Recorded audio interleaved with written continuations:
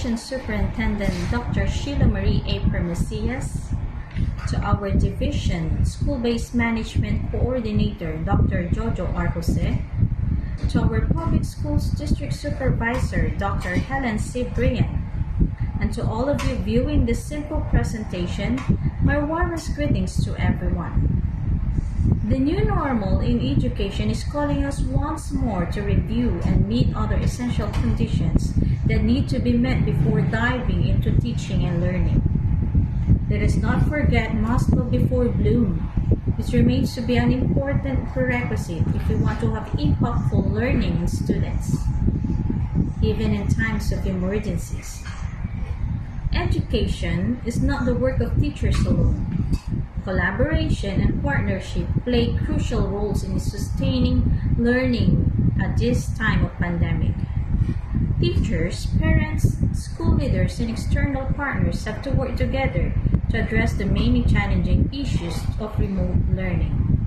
In the end, collaboration makes life challenges not necessarily easier but more bearable. This is Flor de Luna F. Ramos, School Head of Palma Elementary School. It is my honor to present to you the means of verification of our school-based management system for the school year 2019-2020. We at Palma Elementary School, together with our stakeholders, parents, and barangay officials, work harmoniously to make our school ready for the new normal. In a new normal, our school explore possibilities for partnership while maintaining institution integrity and independence from any self-serving motives that can interfere with the school's vision and goals. And during these uncertain times, we at Palma Elementary School do not forget the essential skills needed for remote learning: flexibility, adaptability, and empathy.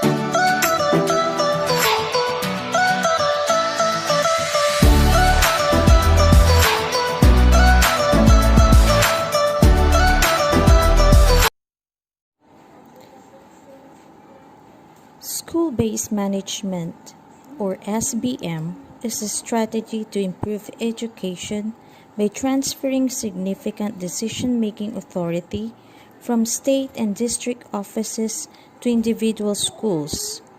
SBM provides principals, teachers, students, and parents greater control over the education process by giving them responsibility for decisions about the budget, personnel, and the curriculum. Through the involvement of teachers, parents, and other community members in these key decisions, SBM can create more effective learning environments for children. At present, our school is determined Level 2, maturing, which means we are introducing and sustaining continuous improvement process. Let us now have a walkthrough through our SBM dimensions, which are published in our school blog spot. We now have the first dimension, which is the leadership and governance. For the leadership and governance, we have the copy of ESIP, AIP, Performance Pledge of Commitment of Stakeholders with SPT member signature, signed resolution of school and stakeholders highlighting the review of ASIP, AIP with photos, copy of ESIP, AIP reviewed narrative reports attachment, copy of schedule of ESIP, AIP review led by SPT, copy of organizational structure, SGC, PTA, SPT, SSG, Child Protection Committee, Back Canteen Organization, copy of roles and responsibilities of stakeholders in each organization, minutes of the meeting of the identification of roles and responsibilities of each stakeholder, approved organizational structure of stakeholders with defined roles and responsibilities, signed by the members' designation orders, photos of meeting, assemblies, conference. For curriculum and instruction, we have report on child mapping, compilation of test papers and table of specification, report on awards and recognition, samples of student portfolio, copy of inventory report of physical facilities, printed copies of oral reading, field area results, copy of remedial reading support, copy of SREA, copy of portfolio assessment in all learning areas, compilation of localized curriculum, teacher's daily lesson log integrating the contextualized and localized curriculum, compilation of history of municipalities and barangays, logbook of visitors with signature and attendance, number of contextualized curriculum, number of developed modules, portfolio of performance output of learners, copy of inventory of instructional materials, photos of classroom observation, monthly accomplishment report of monitoring and implementation, file copy of teacher-made holistic rubric performance, formative assessment test result, summative test result, minutes of the meeting for PTA, attendance sheet with photos, copy of action plan of school.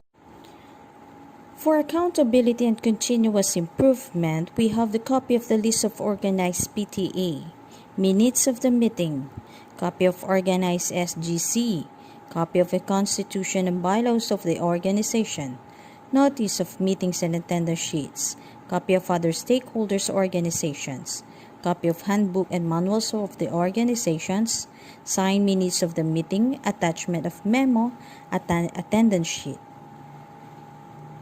photos, programs of community leads in giving awards and recognitions, documentation of best practices or performance accountability, certificate of recognitions, list of awards and recognition, photos and narrative reports, certificate of recognition, OPCRF, IPCRF acknowledgement of memo and guidelines, copy of project monitoring report, filed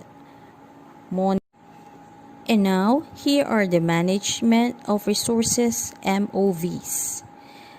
We have copy of deed of donations and acceptance, report on physical count of property, plant and equipment, school inventory of resources, monthly reports and canteen funds, copy of list of book of donations, documentate projects out from SEF funds, fire exit, fire safety permit, copy of evaluation plan, minutes of the meeting attendance sheet photos, Copy of DRM plan, copy of project work plan and budget matrix, copy of invitation letter duly received, copy of approved work and financial plan, copy of performance pledge, copy of project proposal and resolution photos, copy of inventory of facilities and equipment, copy of updated ESRC showing progress, certificates of recognition for fund utilization, AIP, letter of invitation duly acknowledged by stakeholders, record of monitoring of PPAs with the involvement of stakeholders, reports made from the result of monitoring and evaluation, reports made from the result of monitoring and evaluation photos, designation of coordinator for internal and external, linkages, omnibus designation, liquidation report, copy of designation and composition about, and copies of financial statements.